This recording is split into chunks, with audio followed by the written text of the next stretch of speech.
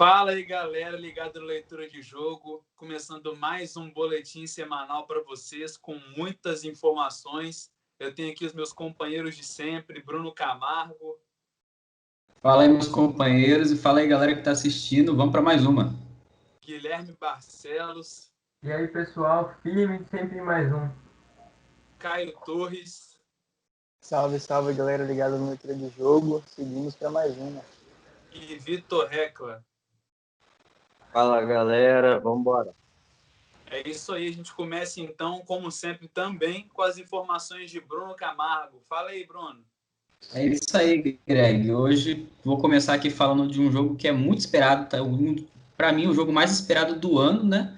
Que é o Cyberpunk 2077, que foi adiado pela terceira vez para a revolta aí de muitos fãs que, inclusive, mudaram até a data das férias para poder jogar o jogo. Só que aí complicou, né? Porque já adiaram 3 vezes e a galera vai passar as férias sem jogar. Bom, isso e mais outras coisas foram motivo de muitas reclamações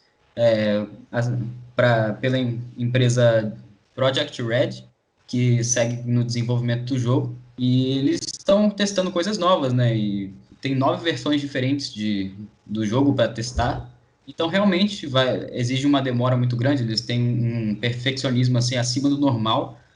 Justifica a demora realmente, mas eu acho que também é um pouco de descaso com as pessoas que estão esperando o lançamento do jogo, essa série de adiamentos. Bom, inclusive teve uma galera que chegou a um patamar a mais no nível de ameaça, ameaçou a produção de morte. Foi uma coisa muito curiosa e até um pouco engraçada de certa forma, né? Porque a gente não costuma ver isso no mundo dos games, mas a gente costuma ver isso mais, essas reações violentas no futebol. A gente até já falou aqui várias vezes, mas dá para ver que tem uma galera muito desequilibrada em qualquer público. E, como sempre, é bom sempre reforçar que isso não adianta nada, né? São outras pessoas que também estão realizando o seu trabalho ali e, infelizmente, está demorando, cara. O jogo é muito difícil de se desenvolver, ainda mais um jogo tão bem elaborado quanto Cyberpunk. E, se não houver outro adiamento, vai ser lançado dia 10 de dezembro.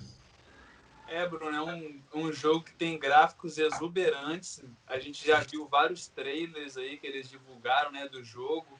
Então, assim, realmente é um jogo que está sendo muito bem desenvolvido e acredito que não seja à toa mais um adiamento, né, porque eles estão realmente trabalhando para entregar o melhor para as pessoas. Então, acho que seria plausível que as pessoas também compreendessem isso, né? Lógico que fica chato para os fãs, como você bem comentou. É uma situação bem ruim mesmo, desgasta, inclusive, esse relacionamento da empresa com os admiradores do game, da própria empresa, enfim. Mas, assim, acredito que, no final das contas, vai ser bem positivo aí esse jogo para a galera. Pois é, Greg, para você ver como isso também afeta negativamente a própria produtora, as ações da Project Red na Bolsa de Varsóvia, da Polônia, porque a empresa é polonesa, caíram 5,25%, ou seja, eles estão realmente perdendo dinheiro com isso, mas eles querem se dedicar e fazer o máximo o melhor trabalho possível para poder entregar para os fãs. E outra curiosidade legal é que vai ter um personagem desenvolvido no Brasil pela galera aí do Nerdcast, galera que gosta aí desses conteúdos mais geek, com certeza vai saber quem é, eles são muito famosos. Vai ser o Ozob, um palhaço que foi originário de um RPG que a galera do Nerdcast fez lá, um RPG em formato de podcast. E eles muitas vezes encontraram com essa galera da produção do jogo em outros eventos de outros jogos, como The Witcher 3, e levaram essa ideia adiante e convenceram o pessoal lá a fazer o personagem brasileiro, inclusive o Azaghal, que é um membro do Nerdcast que tinha esse personagem no RPG, vai fazer a dublagem brasileira do jogo. Então é muito legal isso e eu espero que dê muito certo. É realmente muito interessante essa representatividade aí, então, do Brasil nesse jogo, né, que promete bastante aí no mundo inteiro.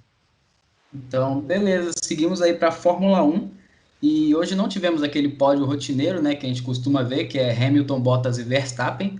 Hoje tivemos mais uma grata surpresa aí, o Ricciardo pela segunda vez conquistando o seu pódio, o terceiro lugar. E outra surpresa é o quarto lugar do Kvyat, no GP de Imola, na Itália, no circuito Dino e Enzo Ferrari. me perdoem aí se eu errei a ordem, pode ser Enzo ou Dino Ferrari, 130 milhões. mas em compensação, o resultado foi até convincente para a Ferrari nesse circuito. Não honrou, lógico, o nome do Enzo Ferrari, criador da Ferrari, mas o Leclerc terminou em quinto, o que é uma colocação que já garante alguns pontos para eles conseguirem uma sobrevida, pelo menos se garantirem uma colocação um pouco melhor nesse campeonato. Mas graças a essa dobradinha da Mercedes, falando agora de Mercedes, como sempre, Hamilton ganhando e Bottas ali em segundo, a Mercedes conquistou o Mundial de Construtores. E com isso o Hamilton aí caminha também para o heptacampeonato mundial, né? Como a gente já disse aí, é questão de tempo. Exatamente, Bruno. Essa conquista da Mercedes em construtores já é a 7ª vez, né, seguida. Desde 2014 a Mercedes vem aí ganhando todos os prêmios de construtores de forma seguida e o Hamilton podendo ser heptacampeão, né, já na próxima corrida, já no próximo final de semana, né, igualando mais um recorde que era do Schumacher e podendo ultrapassá-lo já na próxima temporada. Em relação a Daniel Ricciardo, foi interessante ele na comemoração no pódio, né, ele e o Hamilton jogaram o champanhe no tênis deles e tomaram em forma de comemoração, né, do segundo pódio do Ricciardo na temporada. É realmente um feito incrível. O Verstappen acabou furando o pneu nas últimas voltas e aí acabou abandonando a corrida, o que ocasionou o carro de segurança na pista e que deixou tudo mais emocionante no final. Vale destacar como o Hamilton é superior aos outros carros e até mesmo ao Bottas, que é o seu companheiro de equipe, né, que tem praticamente o mesmo carro, é o mesmo motor, a mesma potência, mas só tem uma peça diferente, que é aquela que fica atrás do volante, né, porque não tem condições. Em 3 voltas, o Hamilton abriu 6 segundos de vantagem para o Bottas. É uma coisa impressionante, cara. Pois é, a galera que é mais saudosista e vive falando que a Fórmula 1 tá muito fácil, é por isso que o Hamilton sobressai. Mas eu penso o contrário, velho. Simplesmente o cara é muito bravo, ele sai ganhando tudo e é isso aí. Até que você chegar alguém para realmente bater de frente com ele, ele vai seguir dominando. E outra coisa muito interessante dessa corrida foi o Lance Stroll, que virou meme. Na verdade, quem virou meme foi o coitado do mecânico que ele atropelou ao chegar no grid para fazer a troca de pneu. Pessoal aqui, principalmente o pessoal do Brasil, zoou muito a queda do pobre do cara, né? Chamou ele de quadradinho de 8, entre outras brincadeiras aí que rola sempre na internet. Infelizmente, o cara vai ser zoado aí eternamente. Mas é isso, né? Outra coisa interessante de se botar aí, pelo menos um pouco de bom humor aí nessa corrida, porque falar de resultado, realmente a gente já sabe que o Hamilton vai papar esse Mundial aí de novo. Não tem muito o que falar, né? Vocês já deram a letra aí, o Hamilton vai ser o campeão mais uma vez da temporada da Fórmula 1. E pegando um pouco em bala aí do que vocês falaram, né, sobre a questão do Bottas aí, e como o Hamilton é superior a ele, eu acho assim, seria interessante ver um piloto mais talentoso ali dividindo, né, Mercedes, posição na Mercedes com o Hamilton, mas a gente sabe que isso não vai acontecer. As equipes hoje da Fórmula 1 trabalham muito claramente com um primeiro piloto superior que o segundo, raras exceções, como foi o caso da Ferrari, e a gente viu no que deu. Quando o Leclerc chega na Ferrari, o Vettel era o primeiro piloto absoluto, mas aí o Leclerc começou a se destacar e gerou todo um atrito. E aí agora o Vettel também já vai sair da Ferrari, então a gente sabe que isso não dá muito bem. Mas assim, seria muito interessante no caso a gente ver, por exemplo, uma hipótese, um Verstappen e um Hamilton dividindo aí equipes, mas a gente sabe que isso é muito difícil. Mas, voltando para a questão da corrida, fica aí o destaque negativo para o Verstappen, que saiu pé da vida, né, vamos dizer assim, com esse furo de pneu. Ele que já está assim, já especulando, né, uma nova montadora para a equipe da Red Bull, que vai perder aí já a parceria com a Honda, então assim, fica essa incógnita, e ele teve essa questão negativa aí mais uma vez, que atrapalhou, né, a corrida dele. E no ponto de destaque também, como o Bruno disse, mais uma boa corrida aí do Ricardo, né, na Renault, conseguindo um segundo pódio, ele que não tinha nenhum pódio com a equipe até pouco tempo, agora já tem 2, então assim, está crescendo bem nesse final de temporada.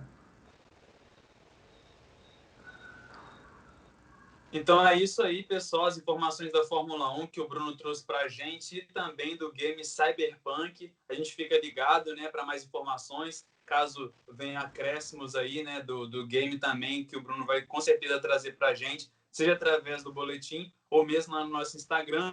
A gente dá sequência ao boletim, então, agora com as informações do Guilherme Barcelos. Fala aí, Guilherme. Fala aí, Greg. Vamos falar aí, né, do destaque aí do basquete que aconteceu na última semana, que foi aí a decisão, né, da Libertadores do basquetebol. E para tristeza dos brasileiros, principalmente dos rubro-negros, né, o Flamengo acabou sendo vice-campeão aí, né, perdeu para a equipe argentina do Quimsa por 92 a 86. O jogo foi disputado na última sexta-feira, dia 30 agora, né, no final do mês. Foi lá em Montevidéu, na capital do Uruguai. E como eu disse, o Flamengo aí que chegou para essa decisão é invicto, né, no torneio, lembrando que esse torneio tinha dado uma parada, né, por causa da pandemia. O Flamengo estava invicto, disputando seus jogos lá ainda em março, antes da pandemia, então vinha com essa expectativa. O torneio voltou agora aí já nessa fase final. O Flamengo se classificou para a final, venceu a semifinal, foi para a final e pegou o Quimsa, que é um time estreante, um time novo, que não tem muita tradição no basquetebol argentino e também no basquetebol sul-americano. Eles já tinham conseguido uma boa classificação na semifinal diante do São Lourenço e chegaram na final como, vamos dizer assim, um azarão, diante do Flamengo, que já tem título aí de Mundial de Clubes de Basquete, já tem título de Libertadores de Basquete, era o favorito, mas na quadra acabou dando aí os argentinos, né? Os destaques do jogo foram os americanos, né, os estrangeiros aí do Kansas, que foi o pivô Simpson, que acabou dominando aí, foi o grande destaque no garrafão. Ele prejudicou muito, vamos dizer assim, né, a questão da defesa do Flamengo. O próprio Hetzheim, aí, o pivô do Flamengo, o Olivinha, tiveram muita dificuldade para marcar ele dominou nos pontos no rebote, junto com o armador também, o Robson, que acabou sendo cestinha do jogo com 26 pontos, e também foi eleito aí o MVP do torneio. Então, com esse título agora, o Kimpson, né, vai disputar o Mundial, né, ele consegue essa vaga, lembrando que para disputar o Mundial de Clube de Basquete, que será agora em 2021, no próximo ano, você tem que ser campeão, né, da Libertadores, e é só uma vaga, então a vaga fica com o Kimpson. O Flamengo tinha essa esperança de chegar lá, mas não vai ser esse ano, fica para a próxima, e o Kimpson, então, de quebra, consegue essa vaga aí.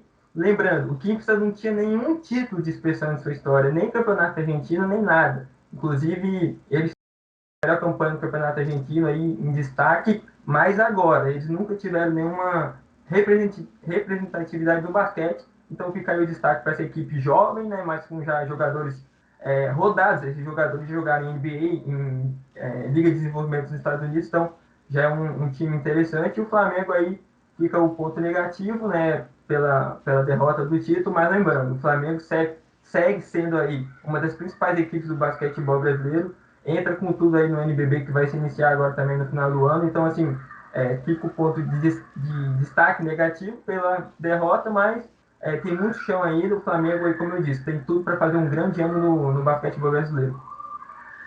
Eu acho que esse foi um ponto que chamou bastante atenção, né, Guilherme? Como você bem comentou aí, o Kingston, que não tinha nem sequer um título nacional, e acabou garantindo aí o título dessa Libertadores diante de um Flamengo que tem total predominância dentro do basquete brasileiro, né? É uma equipe que conquista diversos títulos aí todos os anos. Então foi realmente assim uma conquista dessa equipe argentina que chamou bastante atenção em âmbito nacional, né? E também, claro, diante desse cenário aí da Libertadores, chamando bastante atenção, passando também pelo São Lourenço, que é outra equipe forte, né, do basquete argentino.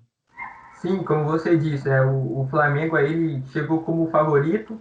O jogo, assim, abordando um pouco do jogo, o jogo foi equilibrado, só que o que acabou fazendo a diferença foi o último quarto. O Flamengo teve vamos dizer assim, um apagão, né, no final ali. O Kimpson conseguiu abrir uma vantagem muito boa, uma vantagem que chegou a mais de 10 pontos numa parcial no último quarto, que a gente sabe que é um momento decisivo, e acabou prejudicando o título do Flamengo. Mas, assim, fica o destaque que o Flamengo é uma equipe muito forte, tem jogadores experientes, jogadores de seleção brasileira, como Rafael Hetzheim, Olivinha, Marquinhos, que acabou sendo o principal destaque da equipe com 20 pontos.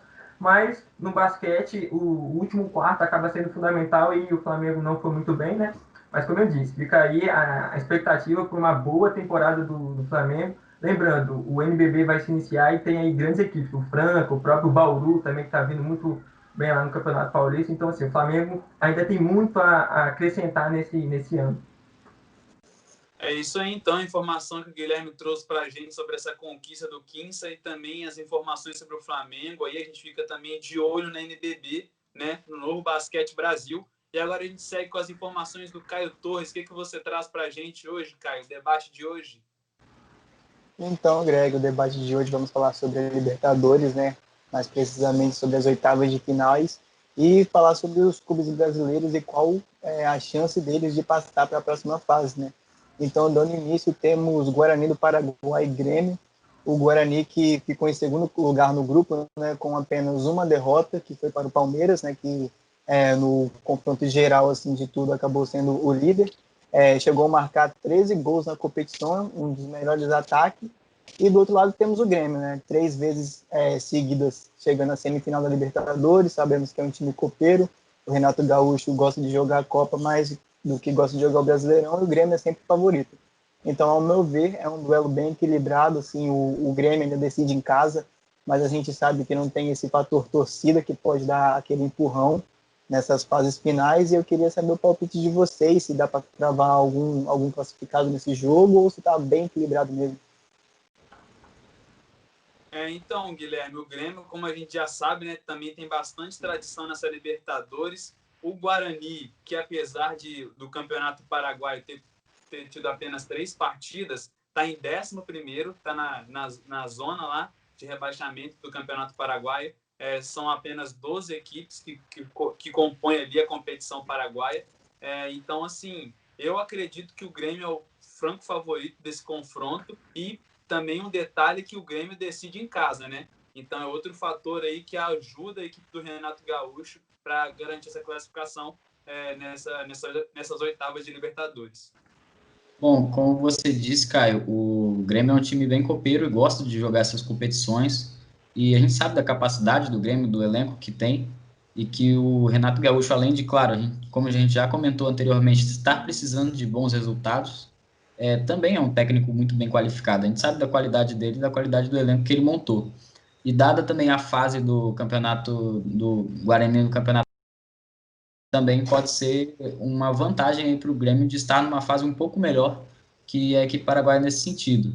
Mas as equipes paraguaias tendem a ser realmente um problema para as equipes brasileiras, sempre fazem jogos muito pegados, não dá para cravar totalmente um favorito, assim, mas, na minha opinião, mesmo que seja um duelo bem equilibrado, eu acho que vai dar Grêmio.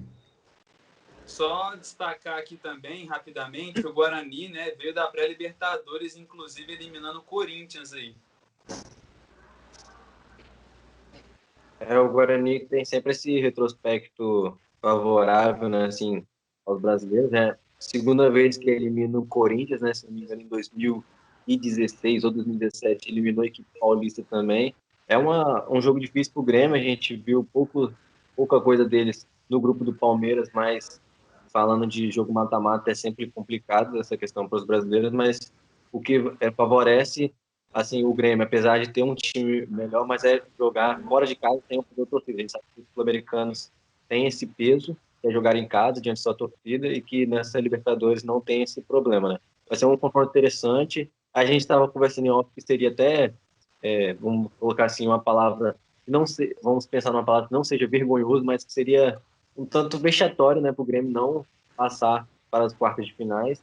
Mas futebol é sempre uma caixinha de surpresas e se tratando de Libertadores mais ainda. É isso aí, dando sequência, temos a LDU, que bateu o queridão do Bruno e do Guilherme em 2008 na final, enfrentando o Santos. Lembrando que a LDU vai fazer o seu primeiro jogo em casa, e lá tem uma altitude de 285 metros acima do nível do mar, o que já é um pouco complicado, né, e pode pesar para a equipe santista, caso a LDU consiga fazer o resultado nesse primeiro jogo, para o Santos reverter no jogo de volta na Vila. Será um pouco mais complicado, lembrando que a LDU também vem bem, desde o retorno da pandemia. São 12 vitórias em 17 jogos da LDU, então é um time bem arrumado. Lembrando que em casa a LDU venceu o River Plate por 3-0 na partida de estreia da Libertadores, então é bom ficar de olho nesse time. O Santos aí que tem o seu destaque, né, que foi o segundo melhor colocado na classificação geral, tem aí o seu amplo domínio jogando na Vila Belmiro, essa fase espetacular do Marinho, juntamente com o Soteldo, o Jorge Camilo da base, que vem fazendo bons jogos, aquele meio de campo do Santos que consegue dar sequência, fazer a bola chegar para o ataque, o Marinho iluminado fazendo os gols. É uma partida bem equilibrada. Eu acho que se o Santos conseguir segurar o LDU jogando fora de casa, o resultado na Vila, o Santos consegue a classificação. Mas aí tudo depende desse primeiro jogo, já que tem esse fator altitude, que é bem complicado, né, para os clubes brasileiros. Primeiramente, Opa. Pode falar, Bruno. Pode ser. Obrigado. Primeiramente, eu gostaria de agradecer ao Caio Torres por me lembrar desse evento tão querido, que eu guardo com tanto carinho no meu coração, que é o vice-campeonato do meu time na Libertadores. Realmente é uma lembrança muito feliz. Mentira. Mas, quanto ao jogo, de fato, o fator altitude realmente afeta muito, e a equipe da LDU é realmente muito bem organizada. Tanto eu quanto o Guilherme sabemos muito bem disso. Mas o fator altitude realmente pesa muito mais nessa questão. Eles têm essa vantagem e podem garantir o resultado levando em conta, né, a classificação do elenco e junto a isso também. Se o Santos realmente conseguir segurar o resultado e resolver na Vila Belmiro, vai ser muito mais favorável, mas o jogo vai ser equilibrado, não tem realmente um favorito para esse jogo. Ambas as equipes têm peças importantíssimas, a gente sabe, e a fase do Santos no Campeonato Brasileiro também é muito boa, então também é outro jogo que não dá para cravar muito bem o resultado. Mais uma equipe brasileira que decide o confronto em casa aí, um fator positivo, porém, diante do que o Caio comentou, a gente sabe bem, né? A LDU uma equipe traiçoeira, ainda mais jogando em seus mandos, né? Com essa altitude toda, a velocidade da bola aumenta, os atletas brasileiros sentem dificuldades em jogar nesses locais. Então, assim, esse primeiro confronto vai ser, acho que, determinante para saber como o Santos vai se dar no jogo dentro de casa, né? E detalhe também, a gente cansa de falar aqui, o Marinho iluminado e também o bom papel que o Cuca vem tendo aí na equipe do Santos, um estilo bem interessante de se ver. Detalhe também para o meio-campista Jobson do Santos, que vem tendo boas atuações, um dos grandes destaques da equipe, principalmente no último jogo aí que o Santos fez no Campeonato Brasileiro, dando assistência para o Marinho ali no gol contra o Bahia. As duas equipes... Perdão, Guilherme, pode dar sequência. Não, eu só queria destacar assim, que a questão desse confronto está muito baseada, na minha visão, na questão do gol fora, né? Se o Santos, como joga o primeiro jogo fora, então trazer algum gol lá, né, na casa do adversário faz muita diferença nesse jogo da volta. Então, assim, fica esse destaque aí. Eu vejo um confronto muito equilibrado. A LDU não está lá nas oitavas, né, e mata-mata à toa, tem sua qualidade, vai aproveitar esse jogo na altitude, a velocidade, como o Greg disse aí, da bola, essa questão toda, que todo mundo já conhece. Então, assim, a questão do Santos é tentar trazer um resultado positivo no jogo da ida. Porque aí jogando aqui em casa, né, na casa do Santos, na Vila, a tendência é o Santos ir para cima e aí fica difícil para a LDU também, né? Então, vamos ver aí como se desenrola esse primeiro jogo aí. Tem tudo para ser crucial. Eu ia destacar a questão do crescimento do futebol equatoriano, né? A gente percebe isso nas eliminatórias, a seleção equatoriana tem crescido, assim, e a LDU, por jogar num campeonato onde tem Independente Del Valle, Emelec, Delfim, né? Times que estão ou que disputam constantemente a Libertadores, além do Barcelona, isso enaltece, assim, o trabalho da equipe, né? Que encontra grandes times, né, para disputar, o que coloca ainda mais a equipe no sistema de disputa, né? Você viver de fato a dificuldade dos confrontos sul-americanos. E a LDU tem jogadores interessantes, né? O Sornosa, que jogou no Fluminense, o Aguirre, que jogou no Botafogo, tem jogadores jovens como o Arce, como o Caicedo, que podem dar trabalho aí para a equipe santista, né? Mas o Santos também, em compensação, vem muito bem no Campeonato Brasileiro, né? Apesar de todas as dificuldades que a gente sempre vem falando, principalmente nas leituras da rodada, né? Tem tudo para ser um confronto interessante, um dos mais equilibrados assim dessas oitavas de final. E a gente sempre puxa um pouquinho para os brasileiros, né? Mas não podemos tirar o mérito da equipe equatoriana, que já eliminou o São Paulo, né, na fase de grupos, fez confrontos duros aí contra o River Plate e pode surpreender aí a equipe paulista. Exatamente. Dando sequência, temos Racing da Argentina e Flamengo. O Flamengo que está aí defendendo o título, né, atual campeão da temporada de 2019. Foi o terceiro colocado no geral. E tem aí a volta de jogadores importantes. Acredito eu que até o dia 24 de novembro, que é a data do jogo, o Arrascaeta, o Gabigol já estejam à disposição para jogar. O Rodrigo Caio, a situação dele é meio complicada, aparentemente vai ficar umas 3 semanas fora e acredito eu que ele não consiga voltar 100% para esse jogo. Mas o Flamengo tem o destaque dos garotos da zaga, né, como o Noga, o Natan. O Bruno Henrique está voltando aos poucos à fase que ele tinha em 2019. Eu ainda não consigo ver ele se equilibrar a temporada passada, mas já é um grande avanço em relação àquele começo. O Domi vem oscilando muito, né, perdendo jogos bobos. Às vezes o time joga bem, às vezes o time joga mal e acaba sendo goleado, como aconteceu nesse jogo do São Paulo, como aconteceu no jogo do Del Valle. Já o Racing, um fato curioso, que no mesmo dia que o Flamengo perdeu de 4-1 para o São Paulo, o Racing perdeu de 4-1 na estreia do Campeonato Argentino. O time do Argentino ainda teve uma derrota só na Libertadores e conquistou 15 pontos. O mesmo número de pontos que o Flamengo conquistou no seu grupo. O Flamengo decide o seu jogo no Maracanã. E eu queria saber a opinião de vocês. Eu acho que, em relação a isso, essa crescente que o Flamengo tem tendo, mesmo com essas oscilações, acredito eu que o Flamengo consiga vencer por conta do jogo ser decidido em casa, né, o segundo jogo. Mas eu acho que vai passar um perrengue assim lá na Argentina, com certeza.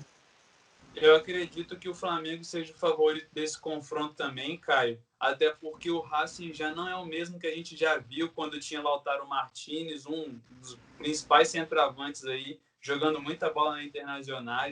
Ele também jogou muito pelo Racing, inclusive despertou interesse de grandes clubes aí, né? O Racing eu vejo como uma equipe não tão ativa assim no ataque como já foi, uma equipe de mais cadência, já foi uma equipe muito mais veloz do que é hoje, mas detalhe também que o Racing vai ter um grande confronto pela frente e coisa que não teve na fase de grupos.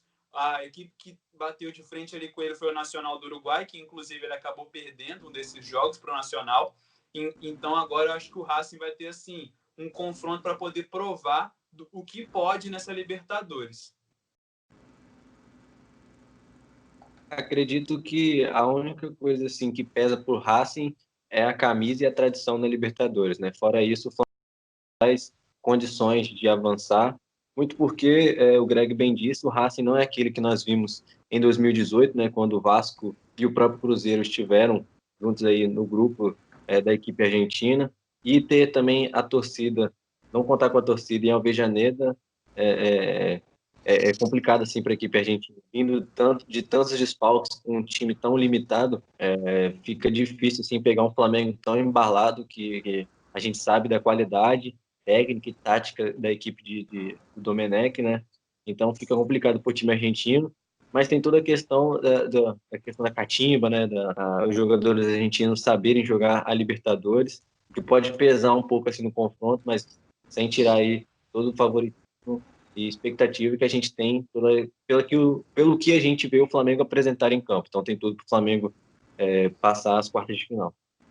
Eu acho que Só um comentário rapidamente aqui, Bruno. Comentei sobre o Lautaro não estar mais na equipe, né? Isso em 2018, como o Vitor comentou, que o Racing foi avassalador ali contra o Cruzeiro, contra o Vasco e tudo. E também detalhe que o Zaratio, né? Recém-contratado aí pelo Atlético Mineiro, também não está mais na equipe argentina. Ele que era um dos articuladores aí do meio-campo do time. Pode seguir? Claro, pode falar, Bruno. Obrigado. Bem, como você bem disse, Greg, a equipe do Racing deu uma diminuída na sua velocidade por conta de ter perdido seus jogadores, seus principais jogadores aí ao longo dos anos, os jogadores jovens que saíram para outros times. E a gente pode fazer essa comparação aí, principalmente no ataque, né? Eles tinham o Lautaro Martinez, que era uma promessa na época, e agora está aí deslanchando na Internazionale, mas agora tem o Lisandro Lopes, que é um veterano já, 37 anos. A gente sabe da qualidade, é um matador, mas isso indica muito do que vai ser o jogo. Como você disse, é uma equipe de mais cadência, que vai buscar mais a posse de bola ali, porque não tem realmente um ataque muito rápido. Então, acho que a pressão vai ficar mais para o Flamengo mesmo, e vai depender também das oscilações, como o Caio disse, né?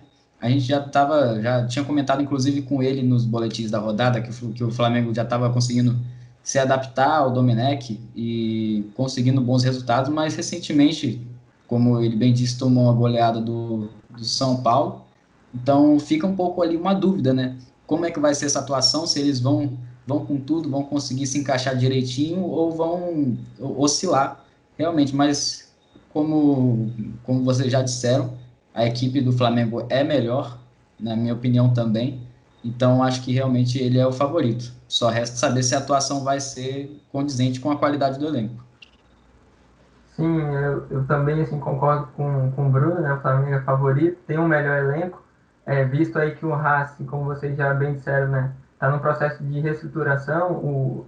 Só para ter uma ideia, agora o ataque deles também tem aí o Cristaldo, né? Jogador que passou pelo Palmeiras, também é um jogador de ataque do Racing. Então, assim, eles perderam muitas peças. Agora eu estava vendo também que o Walter Montoya, aí, que é um jogador de meio de campo importante do Racing, está encerrando o contrato, já está na mira do Internacional.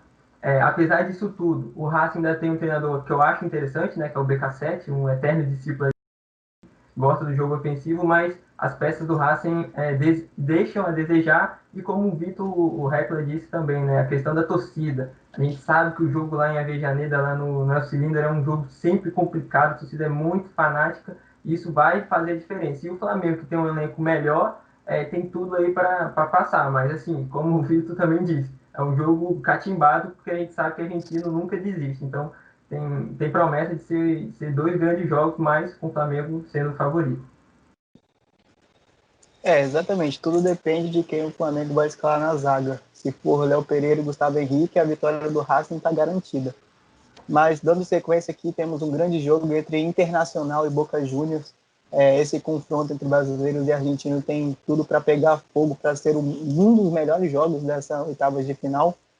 O Boca, que o seu presidente deu uma entrevista esses dias e disse que está tentando fazer com que o Riquelme volte a jogar o futebol, volte para o Boca, ele que tinha se aposentado nessa última temporada. O presidente aí vem tentando, seria um grande reforço. O Boca Juniors, que foi a melhor defesa dessa fase de grupo, sofreu apenas um gol em 6 jogos, né? Realmente uma marca expressiva, impressionante. Tem aí o Carlito Tevez no ataque, podendo fazer toda a diferença. Já o Internacional está vivendo uma grande fase, é líder no Campeonato Brasileiro.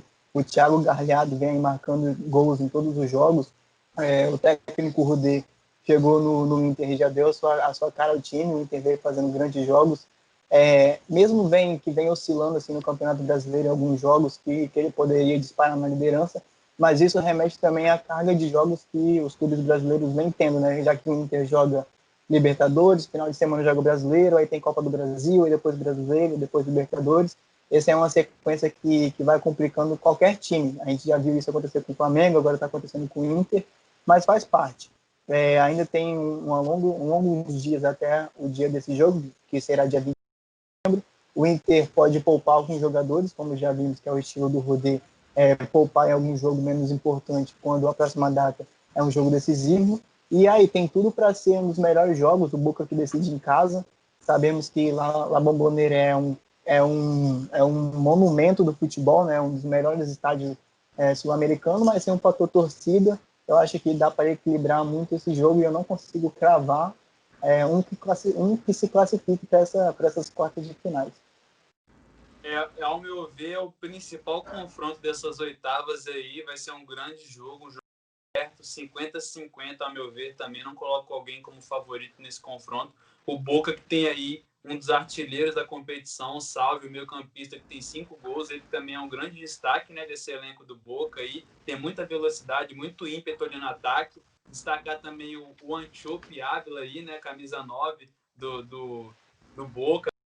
A gente já vê ele atuando muito bem aí já há alguns anos pelo Boca, sempre decisivo, sempre marcando gols importantes para a equipe. E o Inter, a gente já cansa de falar assim como o Marinho, né? Galhardo também, excelente atleta aí, marcando gols, dando assistência, fazendo de tudo dentro da equipe do Inter. O Kudê também se mostrando excelente técnico, com um estilo de jogo muito, muito agressivo ali no ataque, o Inter sempre buscando gol. Então, assim, confronto bem aberto.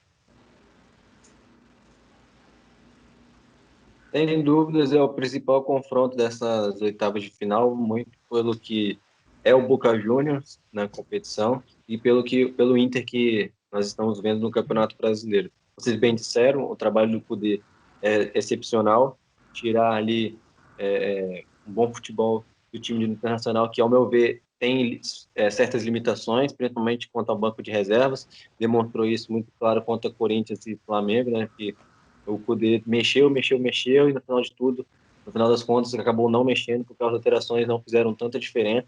Isso pesa bastante na Libertadores, principalmente em jogos onde precisa muito de mudanças, mas tem tudo para ser um grande confronto, e a gente espera um bom jogo aí entre as duas equipes. Eu também assim acho que é um confronto muito equilibrado, né? Duas grandes camisas aí do futebol sul-americano. Falo também assim na questão do Boca, o fator torcida vai fazer muita diferença, vai fazer muita falta, né? A Bombonera é um estádio também que pressiona demais e o Boca sabe aproveitar isso. Mas o Boca também tem suas peças, o próprio Carlos Tevez aí é um dos grandes destaques, o próprio Salvio, o Mario Zatti. Então, assim, é um ataque bom, o time lá do Russo tem peças importantes, o próprio Villa também, um atacante colombiano. E do lado do Inter, como vocês falaram, né, o Galhardo aí é o principal comandante desse ataque colorado.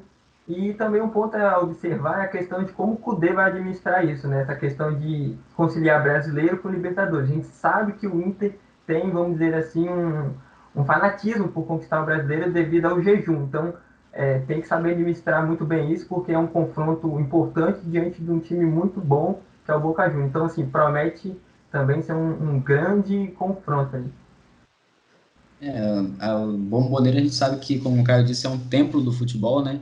E o fator torcida vai afetar realmente o jogo na casa do Boca, que é uma equipe que sempre é temida pelos times brasileiros, porque sempre dá trabalho, não importa a fase. Infelizmente, os clubes brasileiros sofrem muito com o Boca Juniors. Mas, dada a fase do Inter atualmente, eu vejo uma pequena vantagem, ainda que eles tenham aí uma carga maior de jogos, né? Mas, como vocês já disseram, tem que administrar o elenco. A gente sabe que o Inter não tem muitas peças de reposição que correspondam à altura quanto ao time titular. Então eu acho que o jogo vai ser decidido em um lance. Vai ser um jogo muito equilibrado mesmo. São duas equipes fortíssimas, então não dá para cravar um resultado muito concreto. É isso aí, vocês bem falaram que não tem um favorito nesse jogo, tem tudo para ser o melhor jogo dessas oitavas de final. Dando sequência, temos aí Atlético Paranaense e River Plate, né? O Furacão, que deixou de ser Furacão há um bom tempo, vencendo aí só uma brisinha, pelo menos no Campeonato Brasileiro. Tem sido complicado nesses últimos jogos, o Atlético vive uma das suas piores fases desde esse crescimento que ele teve em 2017, foi campeão da Copa do Brasil em 2019. Tem sido realmente difícil conseguir a classificação antecipada para as oitavas de finais, mas mesmo assim não foi mostrando um bom futebol nessa fase de grupos e já pegou de cara o poderoso River Plate, né, que chegou nas duas últimas finais, vencendo em 2018 contra o Boca, sendo vice para o Flamengo em 2019. Tem aí um dos melhores ataques da competição, ao lado do Palmeiras, do Flamengo. Temos aí destaque para o atacante Borré, para o goleiro Armani, que são dois grandes jogadores nesse elenco do River. Ainda tem o Ala, um dos artilheiros da competição, vem aí brigando pela artilharia da Libertadores.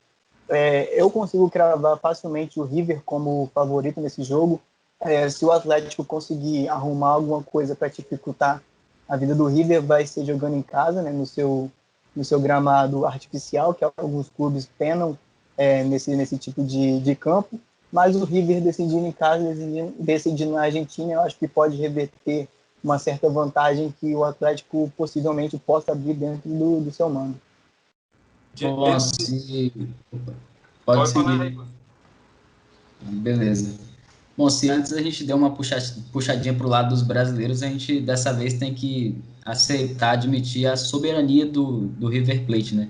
É um elenco que com a diferença de qualidade é muito grande. São jogadores aí que já são consagrados, já, como o Caio disse, chegaram em duas finais e tem uma superioridade enorme. E comparando também a fase, o Atlético Paranaense que não conseguiu repor as peças que perdeu e não vem apresentando um futebol muito bom nas competições que disputa. Então, eu consigo cravar também facilmente o River Plate como o time que vai passar. O Atlético já não é o mesmo, o Caio bem comentou aí. Tem muitas modificações no elenco, perderam muitos atletas, a gente já comentou isso diversas vezes também, e não conseguiu repor essas peças que perdeu. A gente vê no Campeonato Brasileiro na zona de rebaixamento. Então, assim, dentro de todos os confrontos das equipes brasileiras, o Atlético Paranaense é o que mais vai sofrer e, ao meu ver, não consegue essa classificação. O River aí que tem também, como eu comentei, o Boca tem um. O River também tem um dos principais artilheiros da competição, o Julián Álvares, que também tem 5 gols, assim como o Sálvio do Boca Juniors. E também outro atleta que eu destaco aí do River é o Ignacio Fernandes, o camisa 10 da equipe, aí, que é também o principal articulador do meio-campo do River. Ele é um atleta assim excepcional, não sei como que ele não conseguiu, não, assim, como que o River consegue manter ele na equipe, porque ele é um grande atleta e não sei se realmente, não sei como o River consegue manter esse cara no elenco, porque ele é realmente diferenciado, ao meu ver. E também o Matias Soares, né? Um cara determinante ali pro ataque do River. Ele faz um papel diferencial ali, puxando bem a marcação. E o jovem Julián Álvares sendo com muito ímpeto ali no ataque, marcando os gols. Então, acho que o Atlético Paranaense vai sofrer bastante nesse confronto. Eu também vejo o River aí como um grande favorito. Talvez seja um confronto em que times brasileiros vão sofrer mais, né? Que é o Atlético Paranaense, que está num processo aí bem complicado de mudança, treinador, o elenco se desfez. Então, assim, amplo favoritismo para o River. Eu vejo uma parada bem complicada para o Atlético Paranaense aí. O River tem um time muito interessante, né? Principalmente nas mãos do Gadiardo aí, que consegue sempre boas aparições, principalmente na Libertadores, né? É um dos francos favoritos ao título, ao meu ver, assim, e tem peças importantes, né? Como bem citaram aí, o Borré, o De La Cruz, né? Apesar de também o River perder o Martínez Quarta, né? O seu zagueiro para a Fiorentina aí nessa janela, mas tem tudo para ser um grande confronto. Tomara que a gente erre, né? Nosso palpite aqui, porque nós ultimamente não temos acertados tanto, mas o River Plate tem tudo aí para ser um dos classificados às quartas de final, muito também pela bagunça, pela falta de organização que vive o Atlético Paranaense, né? O Caio citou muito bem que não é o mesmo time que nós vimos aí há 2 anos atrás, está na zona de rebaixamento do Campeonato Brasileiro, e muito se dá por essa desorganização, né? O clube que perdeu peças tão importantes, né, como Bruno Guimarães, o Rony, né, entre outros aí que fizeram a diferença nos últimos anos, passa por sérias dificuldades, não financeiras, né, pelo tanto que lucrou, mas dentro de campo mesmo, né, falta de peças aí que possam fazer o bom Atlético Paranaense que nós vimos nos últimos tempos. Exatamente. Dando sequência, temos o último brasileiro a entrar em campo nessa Libertadores. O jogo será entre Delfim e Palmeiras, né? O Delfim que acabou sendo um azarão de pegar o Palmeiras, que é o melhor time dessa Libertadores, né? Foi o melhor, tem o melhor ataque, tem a segunda melhor defesa, foi o primeiro colocado no geral, está aí de técnico novo, né? Acabou de contratar o português Abel Fernando. Entrou em paz com a torcida, vem aí de grandes resultados no Campeonato Brasileiro, 2 vitórias seguidas, encaminhou a sua classificação na Copa do Brasil, está vivendo um momento de paz, de harmonia com seus torcedores que vinham criticando esse elenco, apesar de todos esses feitos que eu citei acima na Libertadores. E por outro lado tem o Delfim, né, que foi o pior segundo colocado dessa Libertadores, com apenas 7 pontos. Também teve o pior ataque entre os classificados para as oitavas de final. Teve 3 derrotas. Tem uma altitude, mas não é tão relevante assim, apenas 31 metros. Eu acho que seja quase nada para o Palmeiras. E tem aí uma campanha parecida com a Chape, que a Chape subiu da Série D para a Série C, Série D, e conseguiu chegar na Série A, e o Delfim também vem nessa crescente no Campeonato Equatoriano, chegando aí bem longe nas oitavas da Libertadores, né? Eu queria saber de vocês, eu consigo cravar o Palmeiras, assim como cravamos o River facilmente nas quartas, também dá para cravar o Palmeiras, já que também decide em casa e por todo esse poderio que tem em seu elenco. Bom, a gente sabe que... Pode seguir, Greg. Eu também estou com você nessa daí, Caio. Coloco o Palmeiras já classificado para as quartas de final. O Palmeiras que vem apresentando um bom futebol agora, né? Depois que demitiu o Luxemburgo, parece que a equipe desandou assim, a jogar bem, né? No bom sentido de desandar aí. E agora com esse técnico Abel Ferreira, que fez um excelente trabalho no PAOK, eu pude acompanhar algumas partidas da equipe aí. É bem interessante o estilo de jogo que ele impõe na equipe do PAOK e agora então na equipe do Palmeiras, né, que tem grandes peças aí no elenco, a gente tem tudo para poder ver um bom futebol apresentado pelo Verdão. Bom, a gente sabe que nunca dá para duvidar do azarão, né? A gente sabe que o futebol guarda realmente muitas surpresas, mas se for para pegar no papel, tecnicamente o Palmeiras é muito superior, tem feito uma boa sequência e chega até a ser até irônico, né? O Lucha, que há uns tempos atrás tinha criticado a presença de técnicos gringos aqui no Brasil, foi substituído por um gringo e agora está dando certo aí o Palmeiras. Vamos ver aí como é que vai ser nos próximos jogos e eu com certeza também cravo o Palmeiras passando aí de fase.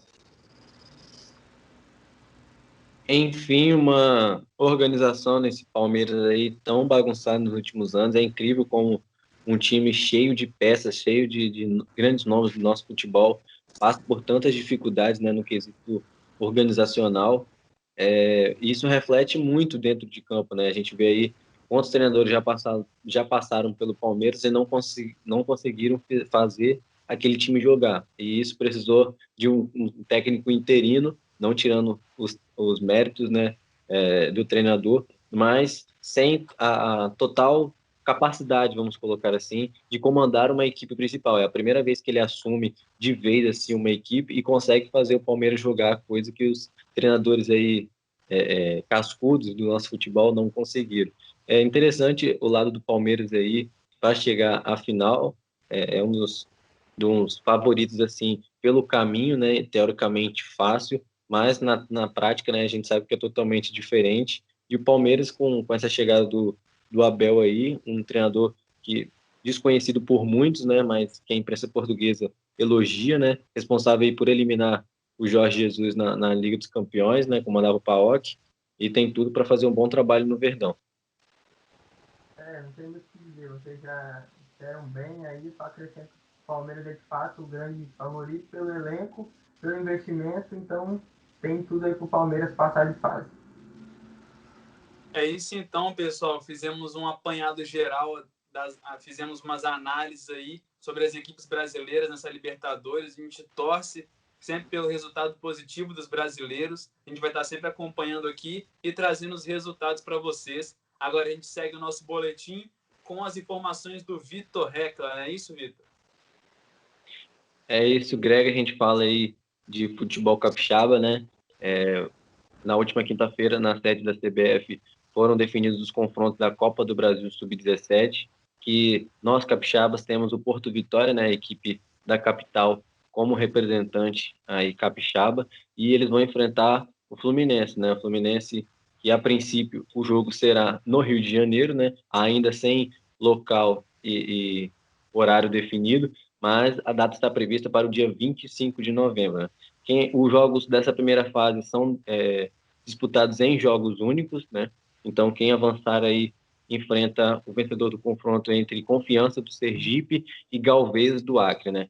No ano passado, em 2019, o Porto Vitória também esteve na Copa do Brasil Sub-17, mas acabou sendo eliminada pelo Náutico nos pênaltis, né? Após um empate sem gols no tempo normal.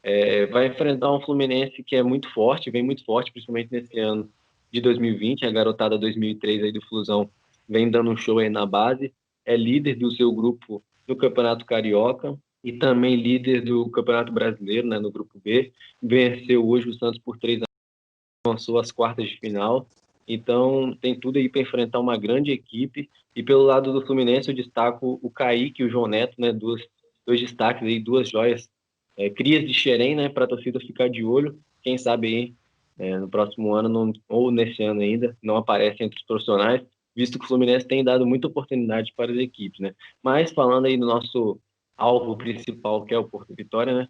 Desponta como uma das melhores bases aí do Espírito Santo, quiçá a melhor, e apesar de tudo, é um time muito organizado, um time que tem estrutura, né? Bancada por empresários aí, o que agrega bastante e ajuda, né, o desenvolvimento dos atletas, e tem tudo para fazer um bom jogo, apesar de que a gente vê o Fluminense aí disputando o Campeonato Brasileiro, o Campeonato Carioca, então tem muito mais sequência de jogos do que o Porto Vitória, que vive só de amistosos, né, visto que a pandemia da Covid-19 prejudicou o calendário capixaba, mas tem tudo para fazer um bom confronto, né, tem um conterrâneo aqui de Linhares que está no Porto Vitória, né, que é o Gustavo, centroavante, fazedor de gols, pode surpreender, e por se tratar de um jogo único, né, a garotada aí capixaba vai para cima em busca da classificação, que seria muito importante, né, para nós aqui do estado, que seria inédito aí a classificação para a segunda fase.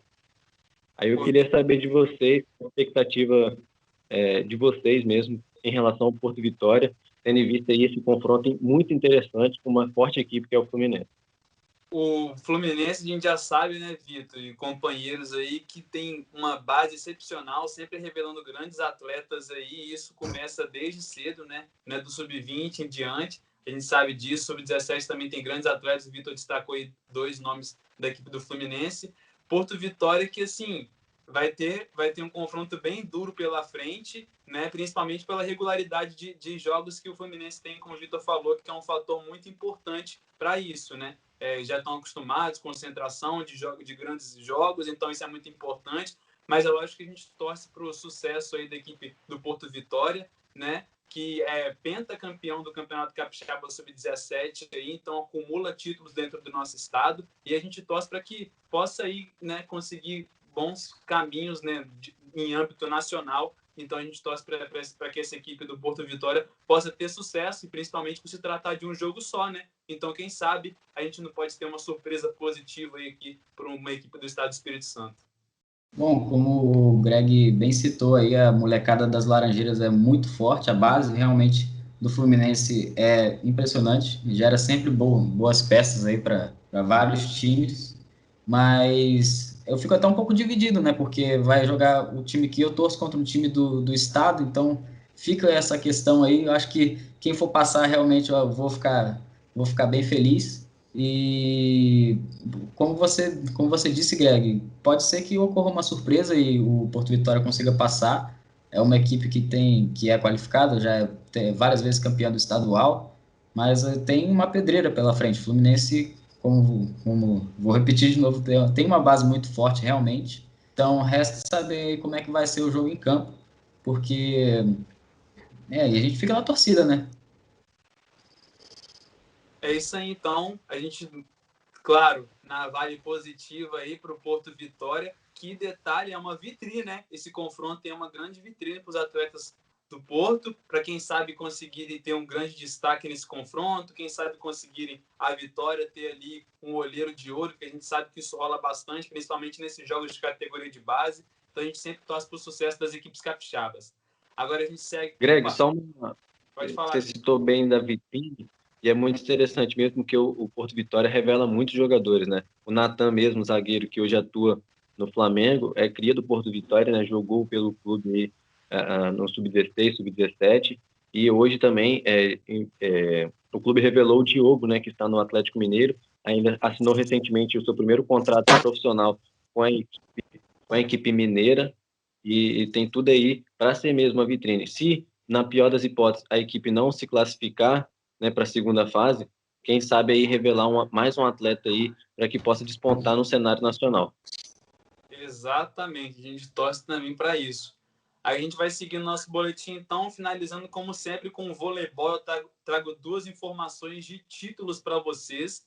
O Praia Clube, né? Eu comentei sobre o troféu Super Vôlei do masculino, que foi vencido pelo Taubaté diante do Cruzeiro. E agora o feminino aconteceu também, o duelo entre Praia Clube e Sesc Flamengo, que está aí sempre pintando nesses grandes confrontos. O Sesc Flamengo, que foi derrotado por 3-0. O Praia Clube bem soberano nesse duelo. Destaque aí para Fegaray, uma atleta excepcional, rodada, muito experiente da equipe do Praia.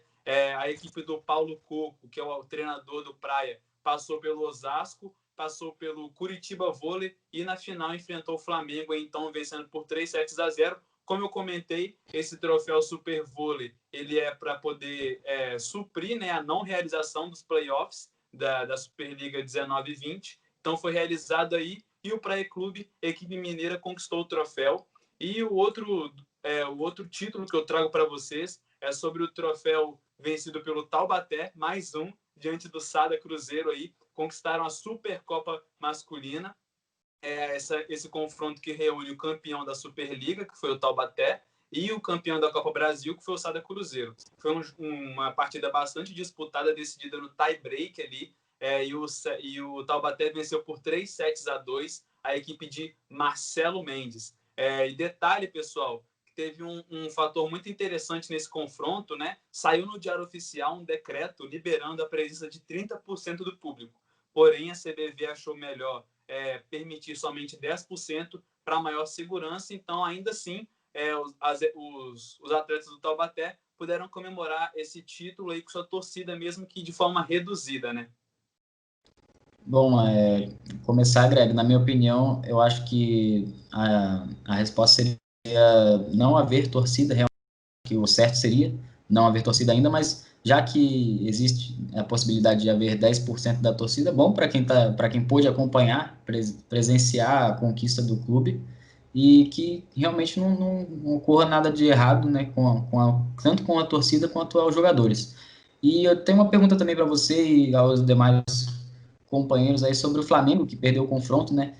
Ainda que eles tenham jogadores rodados e tenham pego já uma equipe que já estava feita, você acha que o entrosamento, por ser uma equipe relativamente nova, né?